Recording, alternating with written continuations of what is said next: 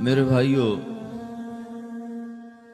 موت کے وقت انسان دو کیفیت میں ہوتا ہے۔ کچھ لوگوں کی روح ایسے نکل رہی ہوتی ہے کہ ان کے رگ رگ میں وہ پھنس رہی ہوتی ہے وَلَوْ تَرَى إِذْ يَتَوَفَّى الَّذِينَ كَفَرُوا الْمَلَائِكَةُ يَضْرِبُونَ وُجُوهَهُمْ وَأَدْبَارَهُمْ۔ کاش تم دیکھ سکتے وہ منظر جب اللہ کے فرشتے نافرمانوں کی روح کو نکال رہے ہوتے ہیں تو ان کے منہ پہ بھی مارتے ہیں، ان کی کمر پر بھی مارتے ہیں۔ اور اخرجوا انفسکم اليوم، نکالو آج اپنی روحوں اور جانوں، اب تم بچ نہیں سکتے ہو۔ وہ پیچھے ہٹنا چاہتے ہیں، رب ارجعون، مجھے واپس کر دے تھوڑی دیر کے لیے، لعلی اعمل صالحا، اب میں پورا ٹھیک مسلمان بن کے چلوں گا۔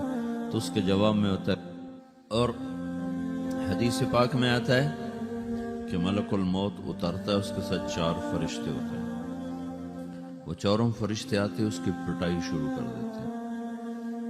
ابھی پرسوں یہ حدیث میں نے پڑھی ابن ماجہ میں کہ ملک الموت کہتا ہے ایتھا النفس الخبیثہ کانت فی الجسد الخبیث، اے خبیث روح جو خبیث جسم میں تھی، اخرج باہر آؤ۔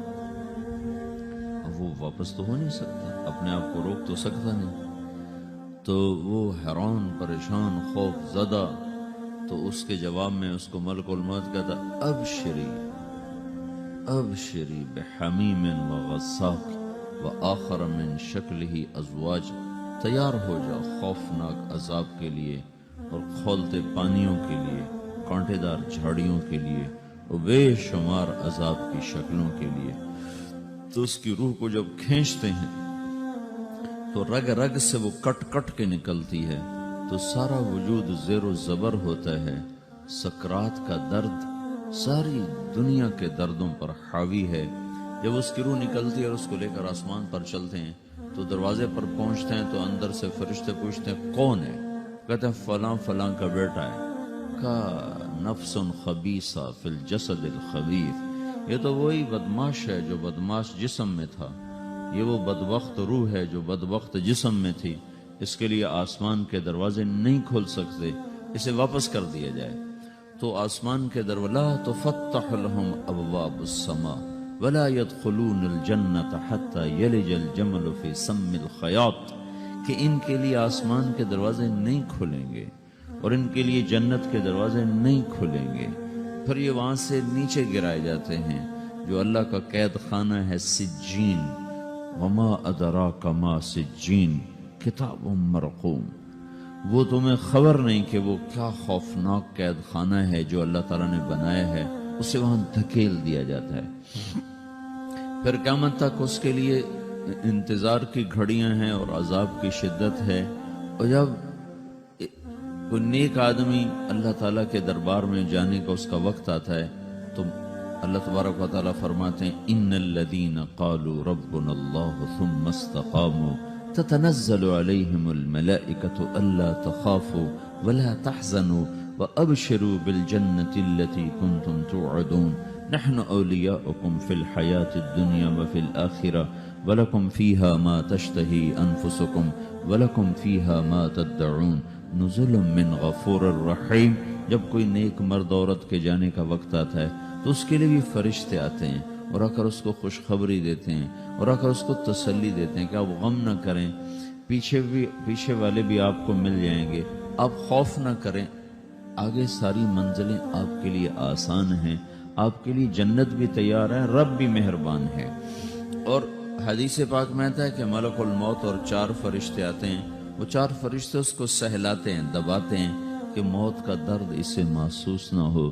اور ملک الموت فرماتے ہیں ایتھا النفس الحمیدہ کانت فی الجسد الحمید اخرجی، اے نیک روح جو نیک جسم میں تھی باہر آؤ۔ کیا کرو؟ وابشری بروح وریحان ورب راض عنک غیر غضبان، آپ کو بشارت ہو آپ کے لیے جنت تیار ہو چکی ہے اور وہاں کی ساری نعمتیں آپ کے لیے میسر ہو چکی ہیں اور اللہ آپ پہ راضی ہو چکا ہے اور اللہ آپ پہ خوش ہو چکا ہے۔ اس پر اس کی روح کو نکالا جاتا ہے، پھر سارے فرشتے اس کو استقبال کے ساتھ جب آسمان پر لے جاتے ہیں تو اندر سے پوچھتے ہیں کون ہے؟ کہ فلاں کا بیٹا، فلاں کی بیٹی۔ کہتے ہیں نفس حمیدہ فی جسد حمید، یہ تو نیک روح تھی جو نیک جسم میں تھی، مرحبا بہی، اس کو ہم سب استقبال کس کا کرتے ہیں، اور ایک دم آسمان کے دروازے کھلتے ہیں، پھر وہ پہلا، دوسرا، تیسرا، چوتھا سارے آسمان پار کرتا ہوا اللہ پاک کے عرش کے نیچے کے جا کر، مرد ہے یا عورت، وہاں جا کر سجدے میں سر رکھتا ہے، اور اللہ تعالیٰ فرماتے ہیں ہاں اس نے ہمیں خوش کیا، ہم اسے خوش کریں گے، اور اس کو عافیت کے ساتھ وہاں آسمان میں، پہلے آسمان سے لے کر اللہ کے عرش تک یہ سب ویٹنگ روم بنے ہوئے، جہاں اللہ اپنے اپنے درجات کے مطابق جنت والوں کو ٹھہراتا ہے، اور وہ انتظار گاہ ہے، اور وقت ختم ہو جاتا ہے، لہذا انتظار کی جو تکلیف ہے وہ بھی ختم ہو جاتی ہے، وقت ختم تو انتظار کا احساس ختم، اور ٹائم کے گزرنے کا احساس ختم۔ تو جیسے اصحاب کہف کو اللہ نے غار میں داخل کر کے تو غار کے اندر سے وقت کو نکال کے باہر پھینک دیا، باہر 300 سال گزرے، اندر آدھا ہی دن گزرا تھا۔ وہ جب اٹھے ہیں تو وہ 25 برس کا نوجوان 325 سال کا ہو کے نہیں اٹھا، وہ 25 سال کی عمر میں اٹھا ہے، نہ ناخن بڑا ہے، نہ مونچھیں بڑی ہیں، نہ ان کی داڑیاں لمبی ہوئی ہیں، جو کہ تو زندہ تھے، مر نہیں گئے تھے، تو زندہ کے تو بال بھی بڑھتے ہیں، ناخن بھی بڑھتے ہیں، لیکن وہ اس طرح اٹھے کہ 300 برس گزر گئے، اور 25 برس کا نوجوان 25 سال کی عمر میں اٹھا ہے، 20 برس کا 20 برس کی عمر میں اٹھا ہے، اور وہ کہنے لگے کم لبثنا، بھئی کتنا ٹھہرے ہیں، تو یومن او بعض یومن، لگتا ہے کوئی دن آدھا دن ٹھہرے ہیں۔ وہ صحیح کہہ رہے تھے، باہر اللہ تعالیٰ نے وقت کی گھڑی کو چلائے رکھا، اور اندر غار میں اس کو سوئچ آف کر دیا، نکال دیا، یہاں وقت کو داخل نہیں ہونے دیا، تو وقت کے گزرنے سے جو بھی اثرات مرتب ہوتے ہیں وہ ان پر مرتب نہیں ہوئے، تو وہ 20 آدھے ہی دن کے بعد اٹھے ہیں، باہر 300 سال، اندر آدھا دن۔ یہی کچھ اللہ تبارک و تعالیٰ برزخ میں کر دیتا ہے، وقت کو ختم کر دیتا ہے، گزرنے کا احساس نہیں ہوتا ہے۔ تو اس طرح میرے عزیزو، یہ دو موتیں ہر انسان دیکھتا ہے، یا وہ جنت کے فرشتوں کا استقبال دیکھتا ہے، یا جہنم کے فرشتوں کی مار اور پٹائی کو سہتا ہے۔ رابعہ بصری رحمت اللہ علیہ کا انتقال ہونے لگا تو انہوں نے رات کو فوت ہوئی، تو انہوں نے اپنی خادمہ کو بولا کہ فرمایا کہ کسی کو بتانا نہیں، جب میں مر جاؤں تو پڑوس میں 2-4 کو بلا کر نا میرا جنازہ پڑھوا دینا، اور جس کرتے میں تہجد پڑھتی تھی وہی میرا کفن بنا دینا، اور صبح بے شک لوگوں کو بتا دینا، میرے مرنے کے بعد میری میت کو رکھنا نہیں، فوراً دبا دینا۔ تو ان کا انتقال ہوا تو انہوں نے پڑوس کے 2-4 10-20 آدمی بلائے، اور ان کو تدفین تجہیز سب کچھ ہو گئی، صبح شور مچا کہ وہ رابعہ بصری کا انتقال ہو گیا۔ تو اگلے دن وہ خواب میں اس خادمہ کو ملی اور کہا بیٹی تیری بڑی مہربانی، تو نے میری وصیت کے مطابق عمل کیا۔ اس نے دیکھا کہ انہوں نے ایک خوبصورت سبز لباس پہنا ہوا ہے، تو وہ فرمانے لگی، انہوں نے سوال کیا کہ آپ کے ساتھ قبر میں کیا ہوا؟ تو وہ کہنے لگی کہ میرے پاس منکر نکیر آئے تھے اور مجھ سے کہنے لگے من رب کی، تیرا رب کون ہے؟ تو میں نے کہا سبحان اللہ، 40 برس جس کو میں نہ بھلا سکی اس کو 4 ہاتھ زمین میں آ کے میں بھول جاؤں گی۔ ان کا 42 برس کی عمر میں انتقال ہوا تھا۔ تو وہ کہنے لگے سبحان اللہ، جس کو میں 40 برس نہ بھولا سکی میں اسے 4 ہاتھ زمین کے اندر آ کے بھول جاؤں گی۔ تو منکر نکیر کہنے لگے اس کا کیا حساب لینا؟ پھر انہوں نے پوچھا کہ وہ آپ کا وہ کرتا کہاں گیا تہجد والا جس میں آپ کو کفن دیا تھا؟ کہا وہ اللہ نے مجھ سے لے لیا ہے اور میرے اعمال کے خزانے میں رکھ دیا ہے، قیامت کے دن میرا وہ کرتا بھی میرے ترازو میں تولا جائے گا، اور مجھے یہ لباس پہنایا ہے جو جنت کا لباس ہے۔ یہ بھی ایک موت ہے، اس طرح بھی لوگ مرتے ہیں۔ اور دوسری بھی ایک موت ہے، ہمارے علاقے کی بتا رہا ہوں، اپنے علاقے کی۔ ایک زمیندار مر گیا، اس کی قبر کھودی، ساری بچھوؤں سے بھری ہو، ایسے جیسے چیونٹیاں پھر رہی تھی، تو انہیں وہ بند کر کے دوسری کھودی، ساری بچھوؤں سے بھری ہو، پھر وہ بند کر کے تیسری کھودی، ساری بچھوؤں سے بھری ہو۔ قبرستان میں اتنے بچھو کہاں سے آ گئے؟ یہ زمین کے بچھو نہیں ہے، یہ آخرت کی بلائیں ہیں جس کے ساتھ اب اس سے قیامت تک رہنا ہے اور گزارا کرنا ہے۔ تو یہ 2 طرح کی موتیں روزانہ لوگ مرتے ہیں، روزانہ لوگ مرتے ہیں۔ جب نماز کا وقت ہوتا ہے ملک الموت ساری دنیا کا چکر لگاتا ہے، اور دیکھتا ہے کون پڑھ رہا ہے کون نہیں پڑھ رہا، کون پڑھ رہا ہے کون نہیں پڑھ رہا۔